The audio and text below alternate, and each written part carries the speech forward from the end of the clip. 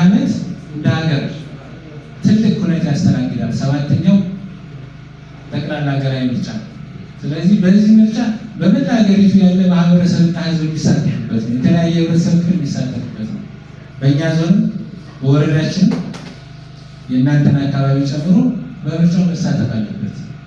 ፈተናን ወደ ድል እየቀየረ አሁንም በቀጣይ ሀገርን ወደ ተሻለ ደረጃ ለማሻገር እየሰራ ያለ በ2013 በምርጫ አሸናፊ ሆኖ በገዢ ፓርቲነት መንግስት ሆኖ እያገለገለ ያለው ብልጽግና ፓርቲ ምን ሊሰራ እንዳቀደን የወጣቱን ጭምር መንገር፣ በዚህ ሂደት ደግሞ የወጣቱ ሚና ምንድን ነው የሚለውን ከእነሱ ጋር መወያየት በሚል ሀሳብ ተሯውጠን ነው የወረዳ አመራሮቹ የወረዳ አስተባባሪ አመራሮቹ ማግኘት ማወያየት አለብን በሚል መድረኩን የተጠቀምላችሁ ማለት ነው።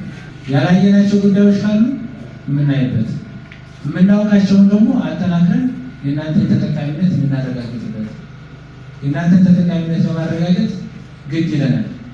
ምክንያት በሚቀጥለው ይህችን ሀገር ተረክባችሁ የምታስተዳድሩ በኢኮኖሚው፣ በሰላሙ፣ በጠቅላላ ልማቱ ላይ ትልቅ አስተዋጽኦ ያላችሁ እናንተ ናችሁ። ስለዚህ ከወጣቱ ጋር መወያየት ግድ ስለሚል የተፈጠረ መድረክ እንደሆነ አውቃችሁ በመድረኩ የሚሰማችሁን ሀሳብ አስተያየት ዛሬ ታነሳላችሁ።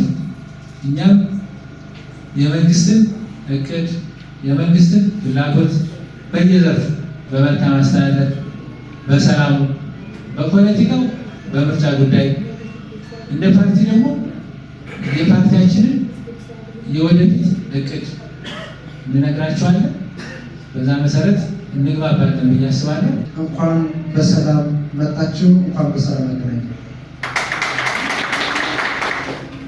ዛሬ በዚህ መልኩ የተገናኝተን ስለ ሀገራችን የወደፊት እጣ ፈንታ፣ ስለ ዲሞክራሲ ስርዓት ግንባታና ከሁሉም በላይ ደግሞ በፓርቲያችን ብልጽግና የሚቀጥሉት 5 ዓመታት ይዘነው የምንቀጥለው አቅጣጫዎች ወይም ማኒፌስቶዎች ከእናንተ ጋር ለማስተዋወቅ እንሞክራለን።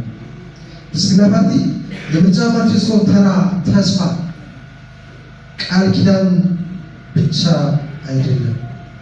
የብልጽግና ፓርቲ ዲሞክራሲ አካባቢ የሚሰራው ካናል ከ2018 አሁን በዚህ ወር ብቻ 25 ሚሊዮን ብር ካናል ለዚህ አካባቢ ልማት የተጠማ ማህበረሰብ ነው ያለኝ።